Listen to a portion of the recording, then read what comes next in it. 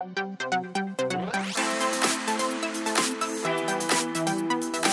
Everyone, a warm welcome to Lakshya online training. मैं ज्ञानदीप और आज मैं आप लोगों को टैली प्राइम में सिखाने जा रहा हूँ कॉन्ट्रा एंट्रीज। तो कॉन्ट्रा एंट्रीज क्यों यूज़ किया जाता है पहले हम जान लेते हैं इसको।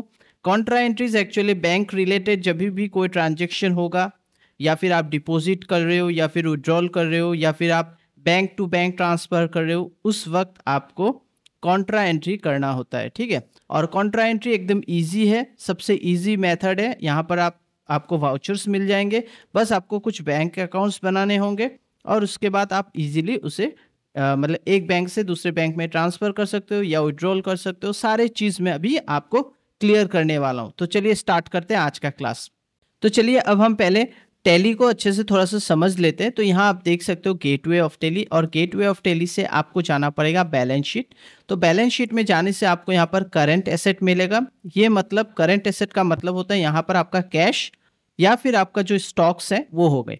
ठीक है, तो यहाँ पर आप डबल क्लिक कीजिए तो यहाँ देख सकते हैं आपका क्लोजिंग स्टॉक, मतलब जो आपका जो शॉप है या आपका जो भी इंडस्ट्री है या जो भी आपका बिजनेस है उसमें आपने कितना का इन्वेस्ट किया है स्टॉक में, मतलब आपका सामान हो सकता है, प्रोडक्ट हो सकता है, उसमें आपने 13,500 का इन्वेस्टमेंट किया है। ठीक है, तो अलग अलग क्लासेस में हो सकता है ये अमाउंट चेंज हो सकता है, क्योंकि मैं कभी कभी यहाँ पर कुछ ऐड कर सकता हूँ या मैं यहाँ से वो डिलीट भी कर सकता हूँ। तो इसको इतना वेरी मत कीजिए, इसको इतना मतलब आप इसको इतना अभी इम्पोर्टेंस मत दीजिए। हो सकता है किसी में मेरा 11,000 दिखा रहा होगा, किसी क्लासेस में, किसी क्लास में मेरा ये 12,000 दिखा रहा होगा। तो इसको इतना आप लोग इसको इतना सीरियसली मत लीजिए, मेरी बात ये समझिए आप लोग। ठीक है, तो यहाँ पर 13,500 का हमारा स्टॉक है। मैं इसको दिखा देता हूँ मैंने क्या क्या सामान मैंने यहाँ पर लिया हुआ है, ख़रीदा हुआ है या फिर मैंने स्टॉक में रखा हुआ है। पहले मैंने ख़रीद लिया था और मेरा मान लीजिए अभी बिजनेस में स्टार्ट कर रहा हूँ, तो मुझे तो सामान चाहिए बेचने के लिए, इसलिए मैंने ये सब सामान ख़रीदा हुआ है।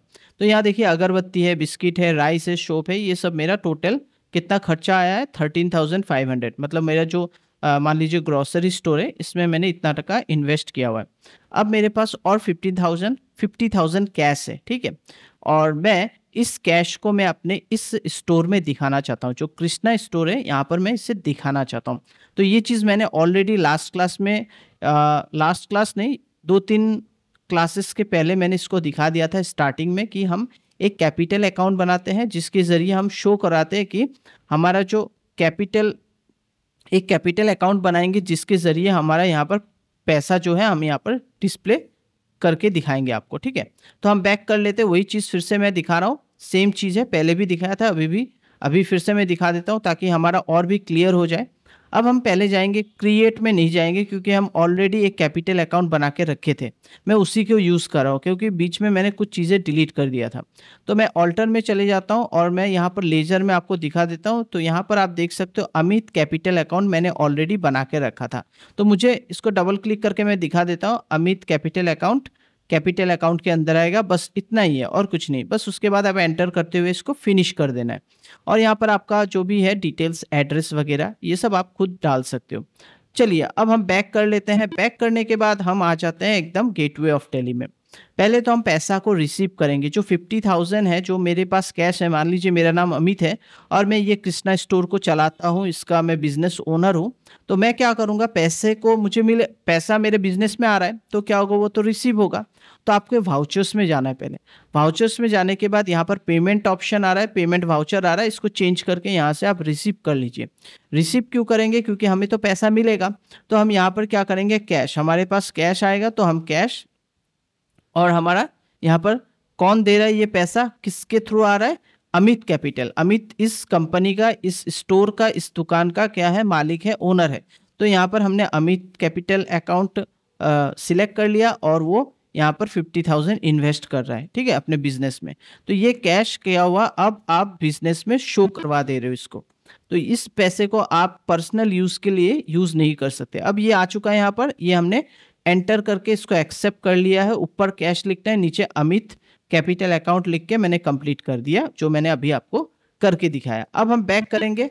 बैक करते हुए हम चले जाएंगे गेटवे ऑफ टैली, और बैक करने का सिंपल मेथड है एस्केप दबाना। अब हम बैलेंस शीट में जाएंगे और यहाँ पर आप देख सकते हो आपके पास टोटल जो है करंट एसेट कितना है, 63,500 इधर और इधर कैपिटल अकाउंट 50,000। ये पैसा क्या है, जो ओनर है उसने इन्वेस्ट किया है, इसलिए इस तरफ शो कर रहा है। एक दिन ना एक दिन वो तो इससे रिकवर करेगा, इसीलिए यहाँ पर ये शो कर रहा है कि आपने जो इनिशियल स्टेज में जो कैपिटल अमाउंट आपने डाला है वो 50,000 है। ठीक है, टोटल आपका इन्वेस्टमेंट जो हो रहा है अभी 63,500। अब यहाँ पर डबल क्लिक कीजिए, इससे ओपन कर लीजिए। जैसे आप ओपन करोगे तो यहाँ पर देख सकते हैं आपका जो क्लोजिंग स्टॉक है, मतलब आपने जो भी सामान वगैरह खरीदा वो है 13,500 और 15,000 आपके पास कैश इन हैंड है। ठीक है, मतलब ये आपके पास है, आपके स्टोर में है, आपके दुकान के अंदर है कैश इन हैंड। अब आप चाहते हो कि कुछ पैसे हम बैंक में रख सकते हैं। बैंक में रखने से क्या होता है कि हो सकता है 1-2% इंटरेस्ट मिलेगा, या आपको ज़रूरत नहीं है अभी पैसे का, कैश में रखेंगे हो सकता है कोई चोरी कर ले या अननेसेसरी खर्चा हो जाए, इसलिए आप सोच रहे हो इसमें से कुछ पैसा मैं बैंक में रखना चाहता हूँ। इसलिए हम क्या करेंगे, कंट्रा एंट्री करेंगे। तो कंट्रा एंट्री के लिए पहले तो हमें लेज़र बनाना पड़ेगा, जिस बैंक में आप रखोगे उस बैंक का नाम बनाना होगा। तो हम बैक करते हुए हम गेटवे ऑफ टेली में आ जाते हैं। गेटवे ऑफ टेली से हम चले जाते हैं क्रिएट में चले जाते हैं। क्रिएट में जाने के बाद आपको लेज़र में जाना होगा। लेज़र में जाने के बाद यहाँ पर आप एंट्री कीजिए आपका बैंक का नाम। तो मान लीजिए एसबीआई जो बैंक है ये पॉपुलर बैंक है, इसलिए मैं इसी का नाम दे देता हूँ एसबीआई, और इसे बैंक अकाउंट के अंडर रखना होगा। यहाँ देख सकते हैं बैंक अकाउंट आ गया, इसको सिलेक्ट कर लीजिए और यहाँ पर अकाउंट नंबर, आईएफएससी कोड वगैरह बहुत सारी चीज़ें हैं, जब आप रियल में करोगे तब आपको ये सब डालना होगा। फिलहाल मैं इसे अभी नहीं देता हूँ, क्योंकि एक कंपनी, एक बिजनेस, एक जो ओनर होते हैं बिजनेस ओनर, उनके एक नहीं कई सारे अकाउंट्स हो सकते हैं। ठीक है, सेविंग अकाउंट्स हो सकता है, करेंट अकाउंट्स हो सकता है, इसलिए हम इसे क्या करेंगे, अभी फिलहाल मैं इसे अभी एंट्री नहीं कर रहा हूँ, जस्ट एंटर करते हुए इसको फिनिश कर दे रहा हूँ। लेकिन इन फ्यूचर आपको ये सब बनाना होगा। बस यहाँ पर मुझे GST number not specified warning दे रहा है, मैं इसे इग्नोर करते हुए एंटर करते हुए इसको एक्सेप्ट कर लेता हूँ। तो ये जो एसबीआई बैंक ये बन चुका है। और एक बैंक हम बना लेते हैं, यूको बैंक हम बना लेते हैं। 2 बैंक मैं बना लेता हूँ ताकि हमें समझने में इजी हो जाए। तो यहाँ पर मैंने वही कोई एंट्री नहीं किया है, बैंक अकाउंट, आईएफएससी कोड या जीएसटी नंबर। ठीक है, तो ये हो चुका है। अब बैक करते हैं, बैक करके हम आ जाते हैं हमारा गेटवे ऑफ टेली। तो हमारा लेजर क्रिएट हो गया, क्योंकि आपको पहले भी मैंने बताया है कि लेजर क्यों क्रिएट करना होता है, क्योंकि हमारा जो भी रिलेटेड ट्रांजेक्शन होता है उस अकाउंट के साथ, इसीलिए हम क्या करते हैं, बैंक अकाउंट हम लेज़र बनाते हैं। तो लेज़र बनाने के बाद क्या होता है कि हमारा जो भी उसके साथ रिलेशन है वो हम आराम से देख सकेंगे, आराम से हमें सब कुछ समझ में आ जाएगा। तो चलिए अब हम चले जाते हैं वाउचर्स में।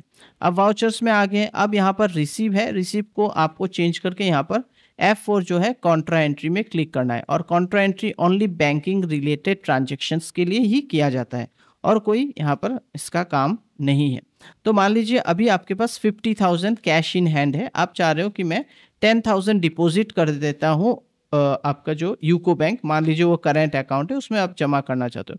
तो जिस बैंक में आप जमा करना चाहते हो उसका नाम यूको बैंक है, तो आपने ऊपर में यहाँ पर आपने जैसे यूसी लिखा, ये यूको बैंक आ चुका है जो कि आपने लेज़र बनाया, इसको सिलेक्ट कीजिए और इस बैंक में आप कैश, मैंने यहाँ पर कैश दे दिया।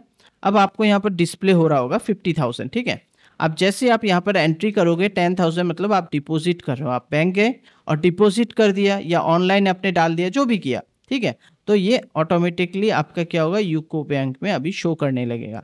और यही चीज़ आपके बैंक में भी होना पड़ेगा सेम टू सेम, तभी आपका बिजनेस का जो है ओवरऑल जो प्रोसेस हो रहा है, क्या हो रहा है बिजनेस, तब आपको समझ में आएगा। ऐसा नहीं कि यूको बैंक में ऑलरेडी पहले से पैसा है या आपने बिना बोले वहाँ पर जमा कर दिया कुछ पैसा, ऐसा नहीं। बिजनेस रिलेटेड जो भी होगा वही आपको डालना होगा। अगर आपने आपके टैली में जो एंट्री कर रहे हो वही आपको वहाँ पर भी होना चाहिए, मतलब आप यहाँ से 10,000 डिपॉजिट कर रहे हो तो आपके बैंक में भी 10,000 होना चाहिए। आप पर्सनल अकाउंट के साथ, मतलब आपका पर्सनल बैंक अकाउंट के साथ इसके साथ मैच, मतलब इसके साथ आप क्या कर रहे हो, मतलब इसके साथ इंटर रिलेट, या आप वहाँ का पैसा इधर, इधर का पैसा वहाँ नहीं डाल सकते।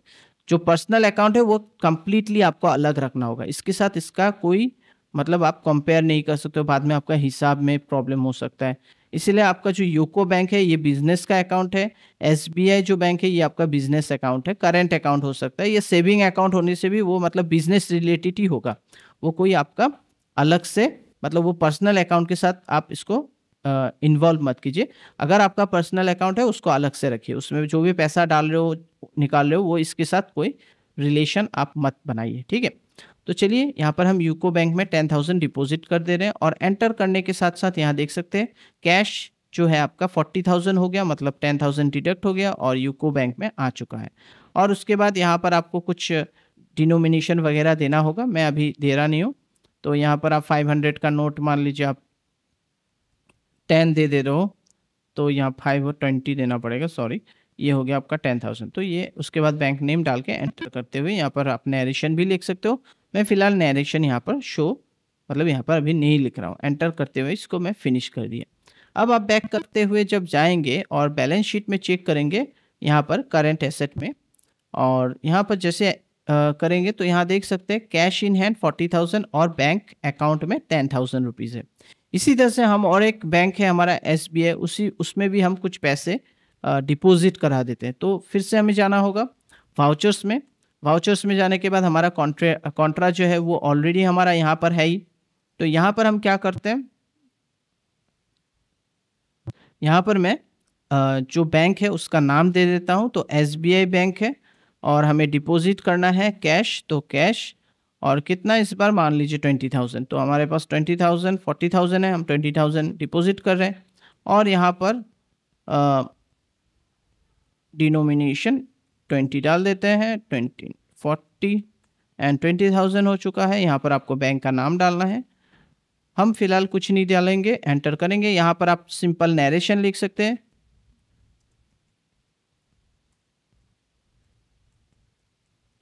बिंग डिपॉजिट ₹20,000 कैश 20,000 होता है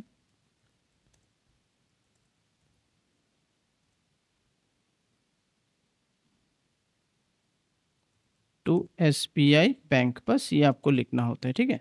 और यहाँ पर आप डेट वगैरह भी दे सकते हो और ज़्यादा माने कन्वीनियंट के लिए। इसके बाद एंटर करते हुए इसको फिनिश कर दीजिए। तो ये हमने डिपॉजिट किया। इसके बाद आपको बैक करना है। बैक करते हुए एकदम आपको गेटवे ऑफ टैली में आ जाना है एस्केप दबाते हुए, और यहाँ से आपको जाना होगा बैलेंस शीट। और बैलेंस शीट में जब आप जाएंगे तो यहाँ पर आप देख सकते हो आपका 2 बैंक अकाउंट, यहाँ पर जैसे क्लिक करेंगे 2 बैंक अकाउंट, एक SBI यूको, कहाँ कहाँ कितना पैसा है पूरा आराम से यहाँ पर आपको डिस्प्ले कर रहा है। इसी तरह से आपके कैश इन हैंड 20,000 है। तो इस तरह से हम बहुत सिंपल तरीके से हम बैंक अकाउंट का कॉन्ट्रा एंट्री का यूज़ कर सकते हैं। अब हम बैक करते हैं। अब हमको एक बैंक से दूसरे बैंक में भी ट्रांसफ़र करना है। मान लीजिए किसी कारणवश आपको चाहिए कि मैंने किसी को एक चेक दे दिया और मेरे बैंक में उतना पैसा नहीं है, मान लीजिए SBI में मान लीजिए आपके पास 20,000 है, तो आप चाहते हो कि और 5,000 अगर उसमें रहेगा तो मैं 25,000 का एक चेक दे सकता हूँ, तो वहाँ से डिडक्ट हो जाएगा।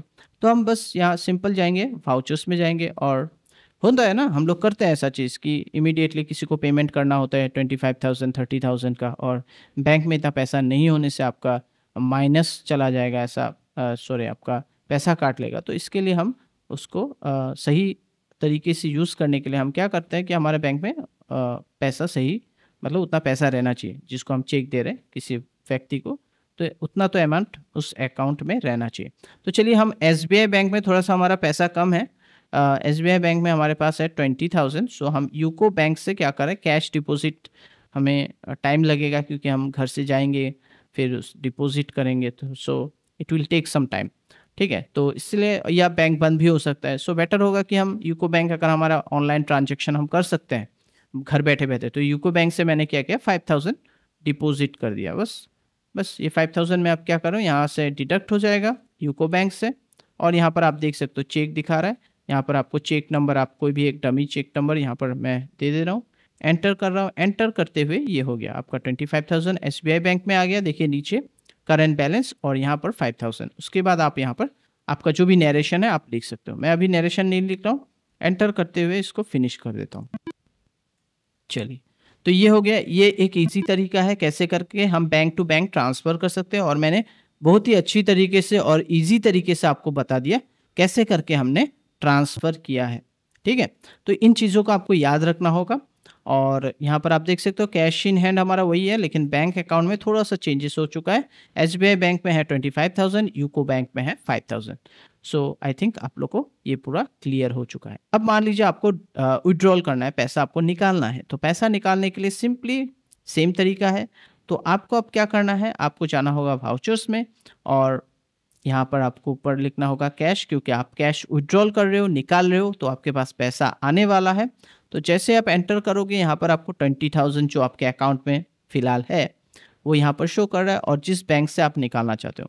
तो मान लीजिए आप एसबीआई बैंक में पैसा है तो यहाँ से आप निकालो, या आप चाहते हो कि मैं यूको बैंक से निकालना चाहता हूँ क्योंकि एसबीआई बैंक का मैंने एक चेक दे के रखा है, तो मैं यूको बैंक से मुझे 2,000 रुपीज़ चाहिए। सो मैं यहाँ पर 2,000 रुपीज़ यहाँ पर दे दे रहा हूँ। तो यूको बैंक से अब 2,000 रुपीज़ निकल जाएगा, कैश आ जाएगा हमारे पास 22,000 हो जाएगा, और यहाँ पर 3,000 रहेगा। देखिए आप यहाँ पर आपको चेक से आप निकालोगे या फिर विड्रॉल फॉर्म से निकालोगे, लेकिन टैली में एक्चुअली चेक ही यहाँ पर दिया हुआ है, मतलब चेक ट्रांजैक्शन जो है ये एक लीगल और एक ऑफिशियल रिकॉर्ड रहता है, इसलिए हम लोग चेक यूज़ करते हैं, ठीक है। तो यहाँ आप देख सकते हो 22,000 मतलब 22,000 रुपये आपके कैश आ रहा है, आपके पास कैश है, और आपके पास जो यूको बैंक है वहाँ पर है 3,000। तो यहाँ पर इस तरह से आप इसे विड्रॉल कर रहे हो। आप नरेशन लिख सकते हो, विड्रॉल 3,000 फ्रॉम यूको बैंक, इस यहाँ पर बिंग ₹2,000 विड्रॉल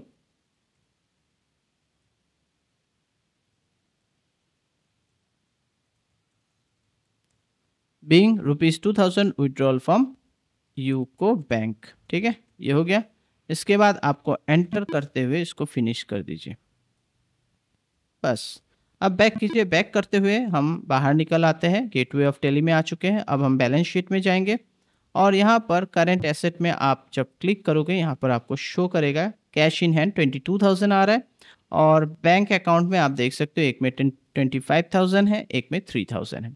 तो आई थिंक आप लोग को ये जो कॉन्ट्रा एंट्री है ये इजीली आप लोग को समझ में आ गया है। अगर कोई भी डाउट होगा प्लीज़ आप हमें कमेंट कीजिए, हमें बोलिए, हम और अच्छे से क्लियर करने के लिए ट्राई करेंगे। तो आज का टॉपिक इतना ही था। प्लीज़ आप लोग अगर हमारे वीडियो को अच्छा लग रहा है वीडियो देखकर, या पसंद आ रहा है या समझ में आ रहा है, प्लीज़ लाइक कीजिए, शेयर कीजिए, सब्सक्राइब कीजिए हमारे चैनल को। Thank you, bye bye, take care.